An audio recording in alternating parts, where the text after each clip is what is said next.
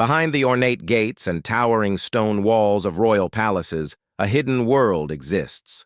A world governed by discipline, silence, and unwavering dedication. These are the royal guards, sentinels of tradition whose daily lives remain largely unseen by the thousands who pass by them each day. Their commitment stretches beyond duty into something deeper and more profound. Their day begins long before dawn breaks. In dimly lit barracks, guards rise in silence, beginning the meticulous preparation that will make them worthy of their posts. Every element of their uniform must be perfect.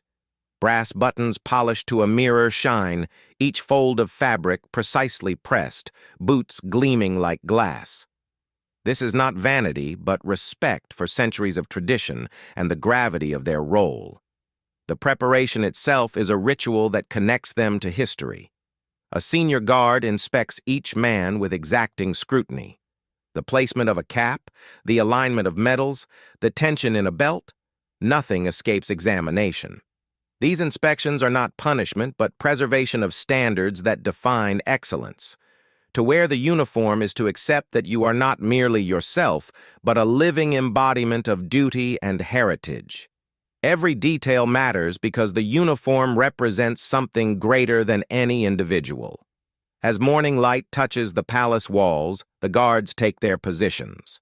The march to post is mechanical, each step measured and identical to the one before. This precision is not natural. It is earned through countless hours of practice, through muscle memory built by repetition until perfection becomes reflex. The ceremonial weapons they carry are not mere props. They are symbols of trust, of the responsibility placed upon these individuals to protect what they guard. Each movement carries the weight of tradition and expectation. And then comes the stillness. For hours at a time, royal guards stand motionless at their posts. To the casual observer, this might seem simple, even easy. It is anything but. Stand perfectly still for 5 minutes, and you will begin to understand the challenge. Now imagine hours. Your muscles ache, your joints stiffen, sweat runs down your back, your mind wanders toward distraction. Yet the guard remains frozen, eyes forward, expression unchanged. This stillness is their greatest achievement and their hardest battle.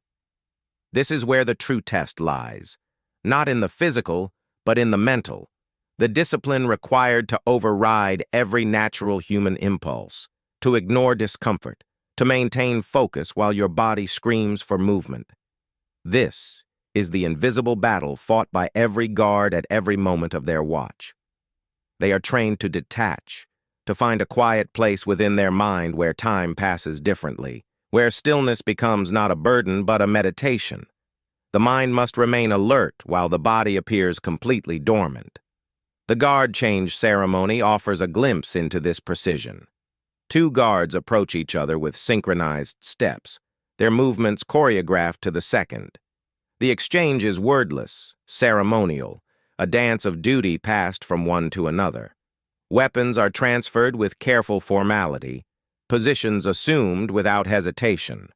This ritual has been performed for generations, each guard adding their moment to an unbroken chain, stretching back through history. The ceremony connects past to present in a seamless flow. But between the ceremony and the stillness, there are human moments, a brief rest period where guards can shift their weight, flex cramping muscles, drink water.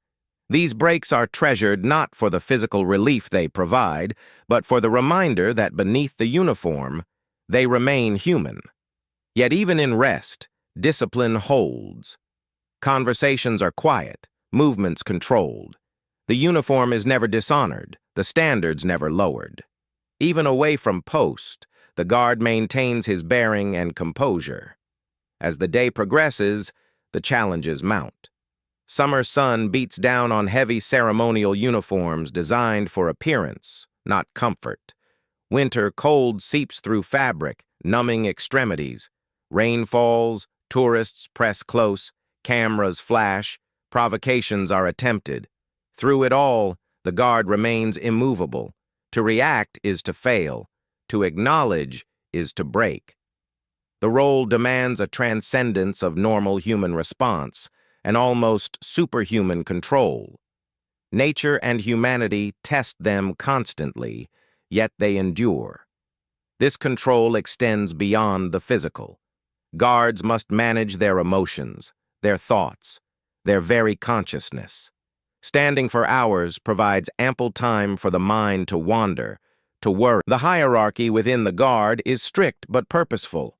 Senior guards mentor junior ones, sharing the hard-won wisdom of experience, how to distribute weight to prevent fainting, how to focus the eyes to maintain alertness without strain, how to prepare mentally for the longest watches. This knowledge is not written in manuals. It is passed personally, guardsman to guardsman, generation to generation. The wisdom of experience flows through ranks like an invisible current of strength. When evening falls, the palace closes to visitors, but the guard's duty continues. Night watch is a different challenge entirely.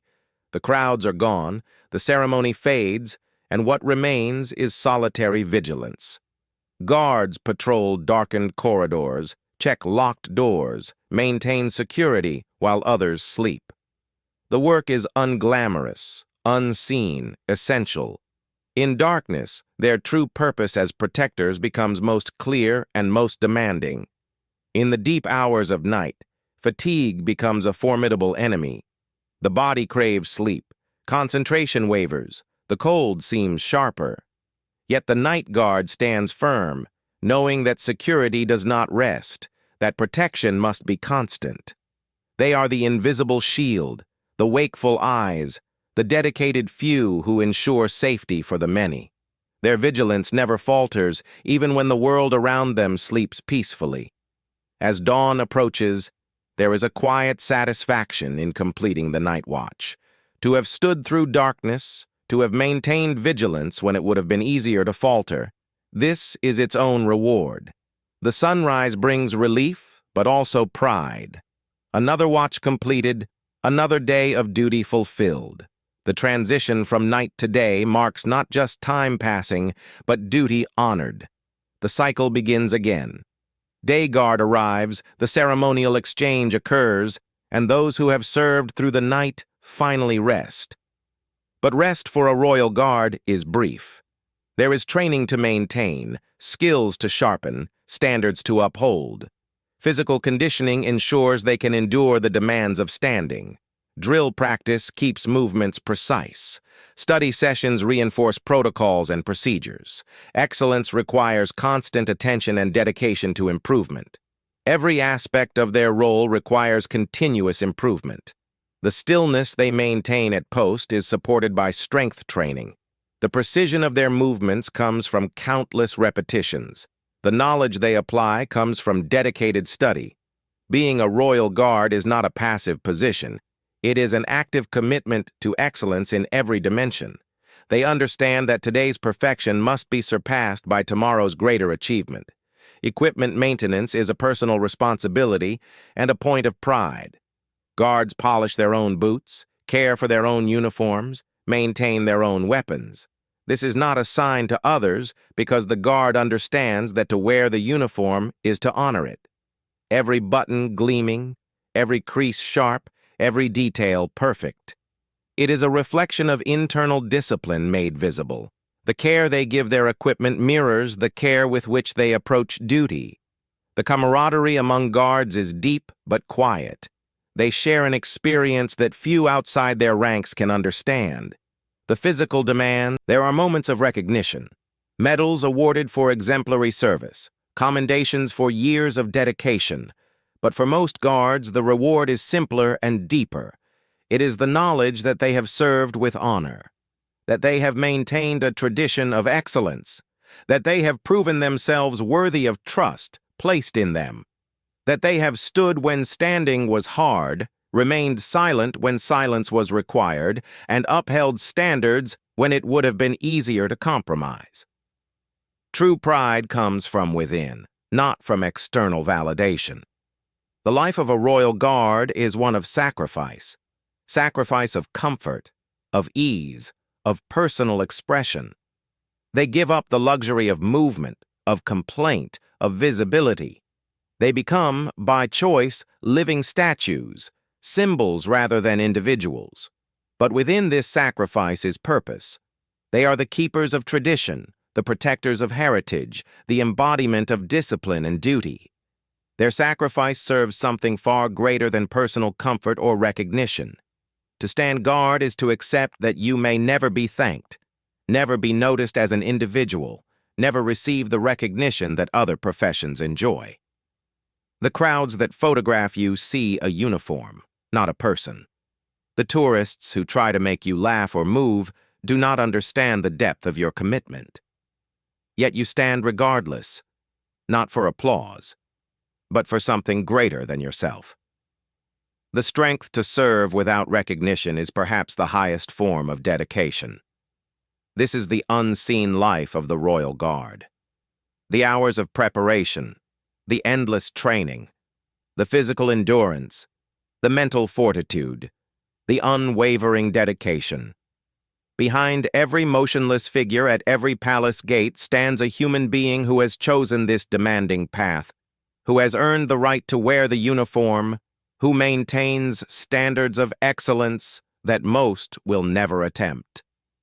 Their daily reality is far removed from the romantic image tourists capture in photographs. They are guardians of more than buildings. They guard tradition itself, the idea that some things are worth preserving, that discipline has value, that duty matters.